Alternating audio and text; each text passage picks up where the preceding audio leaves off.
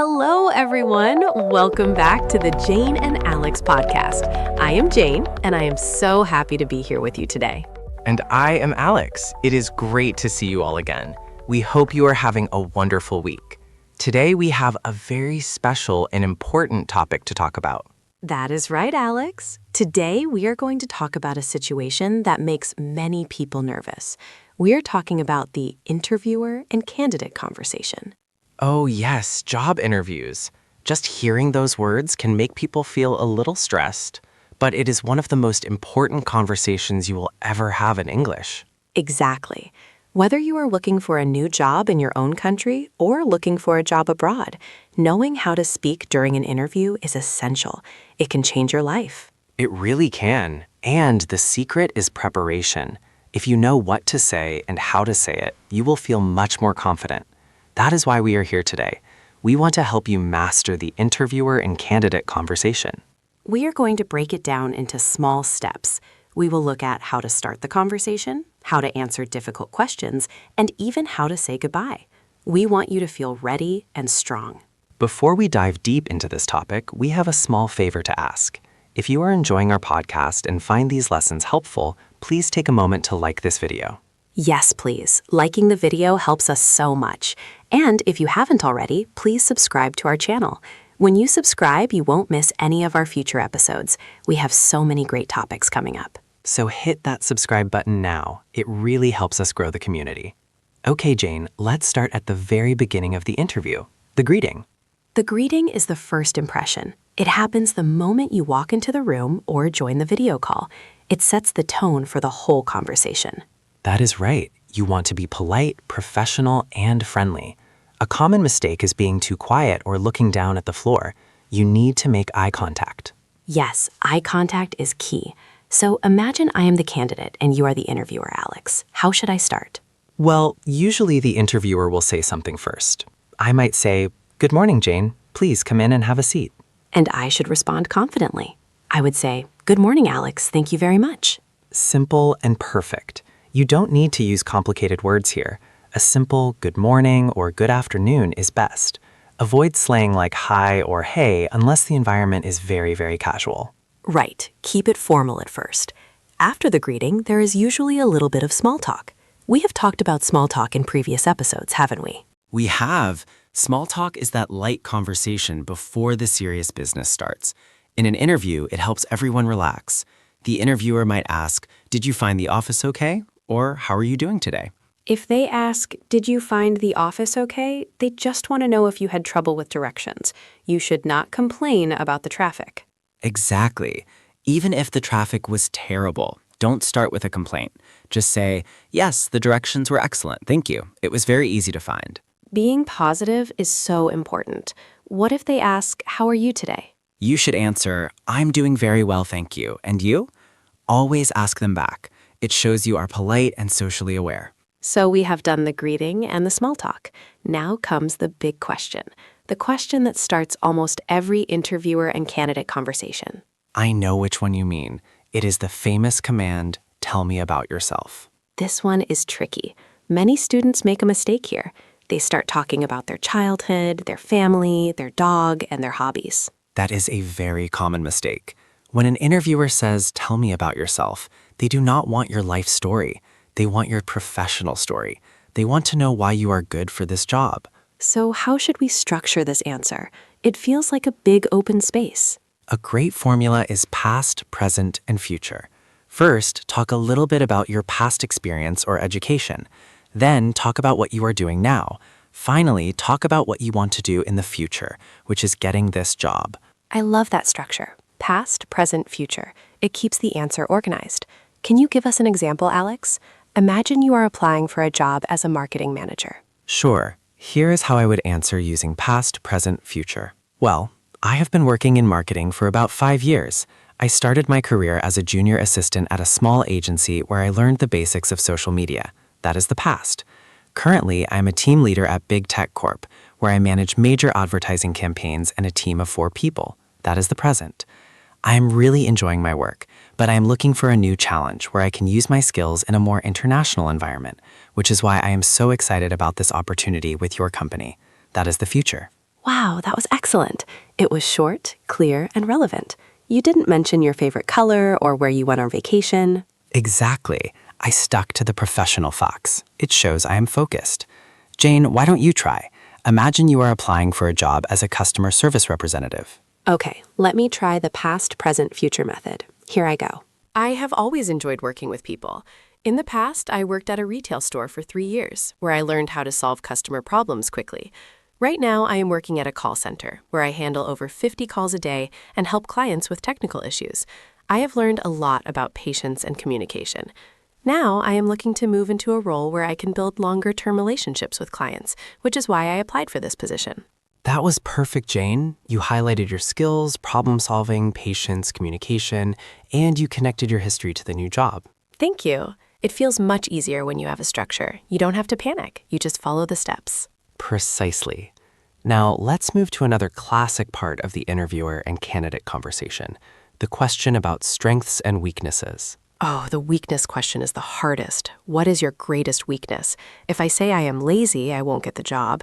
But if I say I have no weaknesses, I look arrogant. You are right. You have to find a balance. You need to be honest, but you also need to show that you are working to improve. We call this turning a negative into a positive. Can you explain that more? How do we turn a negative into a positive? Sure. Pick a real weakness, but one that is not critical for the job.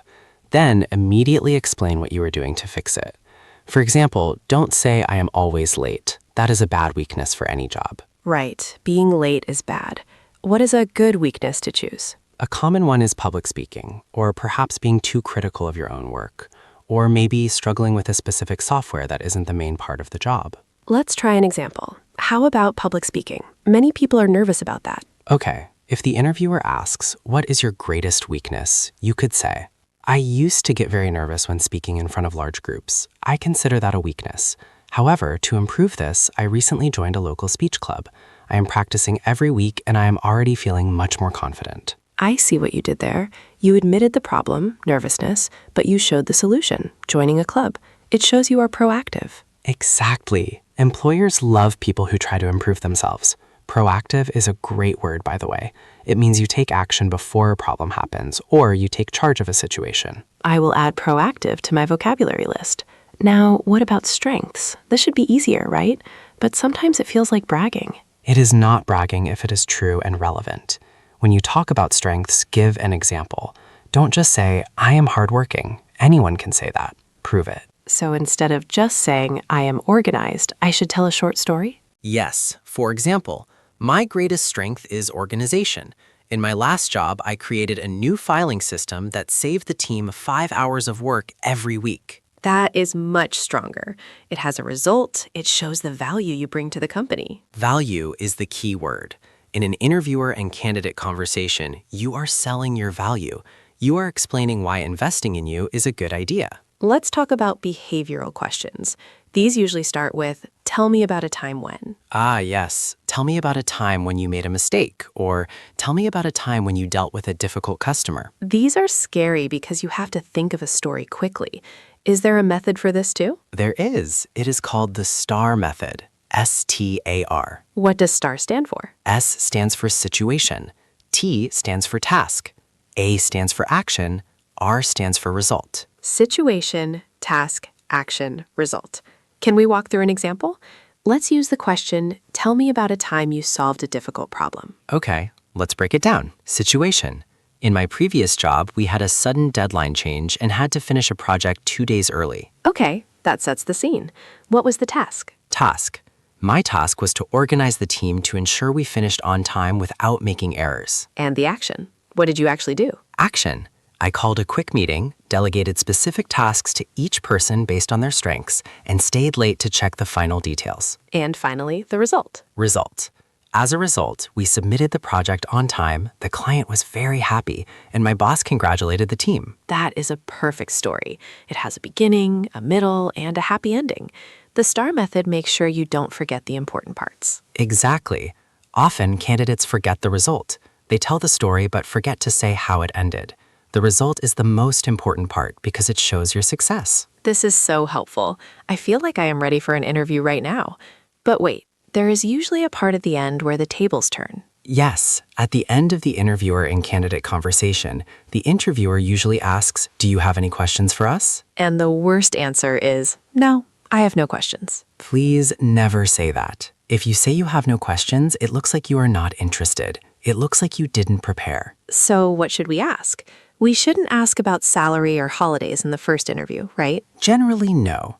In the first interview, focus on the work and the company culture. Save the money questions for later when they offer you the job. Give us some good examples of questions to ask. Here are 3 good ones. 1, what does a typical day look like in this role? 2, what are the biggest challenges the team is facing right now? Those are excellent. How do you measure success is brilliant because it shows you want to succeed. It shows you want to do a good job.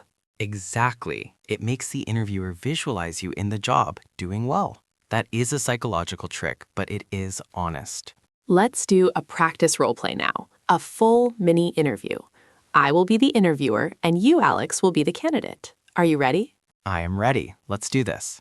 Good morning, Alex. Thank you for coming in today. How are you? Good morning, Jane. I am doing very well, thank you. And you? I am great, thanks. So let's get started. First, tell me a little about yourself. Certainly. I have been working in sales for over 6 years. I started as a sales associate in a clothing store where I learned how to listen to customers. Currently, I am a regional manager for a software company, overseeing sales in 3 cities.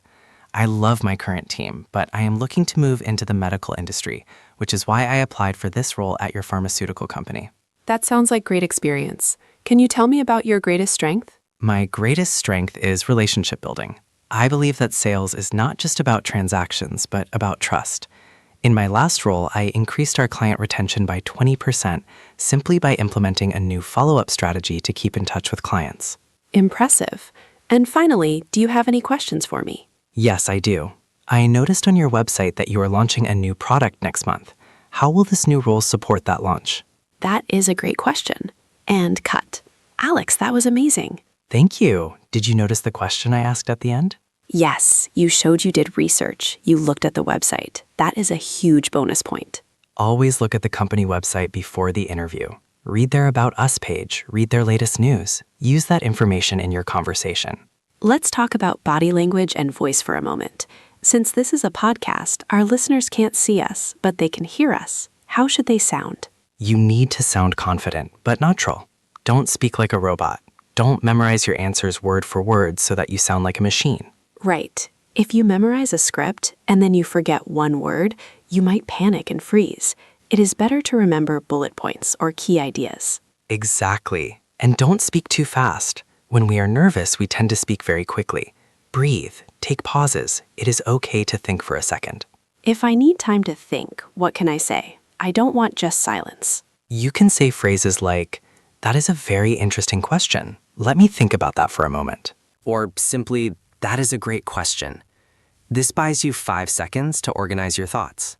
That is a great tip. That is a great question. It makes the interviewer feel good too. Also, try to smile when you speak. Even on a phone interview, people can hear a smile. It changes the tone of your voice. It makes you sound friendly and energetic. Energy is important. You don't want to sound bored or tired. You want to sound excited about the opportunity. Now, let's discuss some variations. The conversation we just had was quite formal, but sometimes interviews are more casual.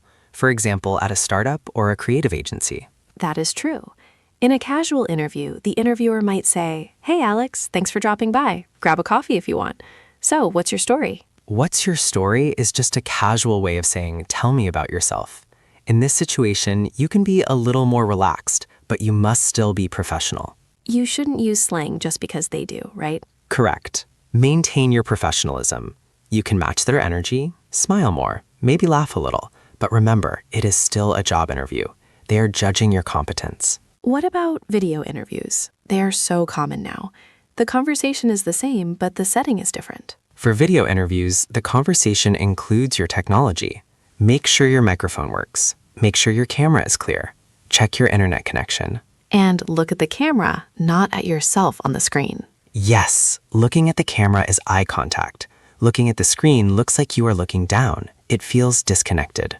Let's review some common phrases that our listeners can use. We call these power phrases. I love power phrases. Here are a few for describing yourself. I am a fast learner. I am detail-oriented. I work well under pressure. I am a team player. I work well under pressure is a very good one. It means you don't panic when things get busy. And here are some power phrases for describing your experience. I was responsible for. I managed. I created. I improved. Notice those verbs. Managed, created, improved. They are active verbs. They show action. Avoid saying things like, I had to do, or my boss told me to. That sounds passive. It sounds like you only work when someone forces you. Say, I took the initiative to, instead. Yes, I took the initiative. That is a gold star phrase. We should also talk about what happens if you don't understand a question. Sometimes the interviewer speaks too fast or uses a word you don't know. This happens to native speakers too. Don't panic. Don't guess the answer. It is perfectly okay to ask for clarification. What is a polite way to ask? You can say, I am sorry, could you please repeat the question? Or, I am not sure I understand exactly what you mean. Could you rephrase that? Could you rephrase that is excellent. It shows you want to understand correctly so you can give a good answer. It shows confidence. A nervous person might just guess and give a weird answer. A confident person asks for clarity. Let's do one more practice scenario. This time, let's focus on a behavioral question about conflict. This is a tough one. Tell me about a time you disagreed with a coworker. Ooh, drama. Employers ask this because they want to know if you can fight fair. They want to know if you are mature. Okay, I will be the candidate this time. Ask me the question. So, Jane, tell me about a time you had a disagreement with a colleague. How did you handle it? Well, in my last job, a coworker and I had different ideas about how to design a brochure. He wanted it to be very colorful, and I wanted it to be simple. We were arguing a bit and wasting time. Situation. I see. And what did you do? I suggested we stop arguing and look at the data. We looked at what our customers usually prefer. I also suggested we make 2 quick drafts and ask our manager for feedback. Action. And what was the result? The manager actually liked a combination of both ideas. We merged our designs, and the final brochure was a huge success. My coworker and I learned that working together is better than fighting. Result. that was textbook perfect, Jane. You didn't say my coworker was stupid. You described the difference in opinion objectively. And I focused on the solution, looking at data and compromising. Compromise, that is another great word. It means meeting in the middle. So we have covered a lot today. The greeting, the tell me about yourself, strengths and weaknesses, the STAR method, and asking questions. It is a lot of information, but remember, you can listen to this podcast as many times as you need. Practice makes perfect. Let's recap the most important points before we finish. Point 1, be prepared. Research the company and practice your answers. Point 2, be positive. Even when talking about weaknesses or past problems, focus on the solution and what you learned. Point 3, be structured. Use past, present, future for introductions and use STAR for behavioral questions. Point 4, be curious. Always ask questions at the end of the interview. And point 5, be yourself. They want to hire a human being, not a robot. Show your personality, smile, and be polite. I think our listeners are going to be great at their next interview. I think so too. Just remember, an interview is just a conversation. Two people trying to see if they can work together. That is all it is. That takes the pressure off. It is just a conversation. Exactly. Well, that brings us to the end of today's episode on the interviewer and candidate conversation. We really hope you found this helpful. If you have an interview coming up, good luck. You can do it. We believe in you. And remember, if you liked this episode, please give it a thumbs up and subscribe to the Jane and Alex podcast. Also, leave a comment below. Tell us, what is the hardest interview question you have ever been asked? We would love to hear your stories. Yes, share your stories in the comments. We read them all. Thank you so much for listening and keep practicing your English. See you in the next episode. Bye, everyone. Goodbye.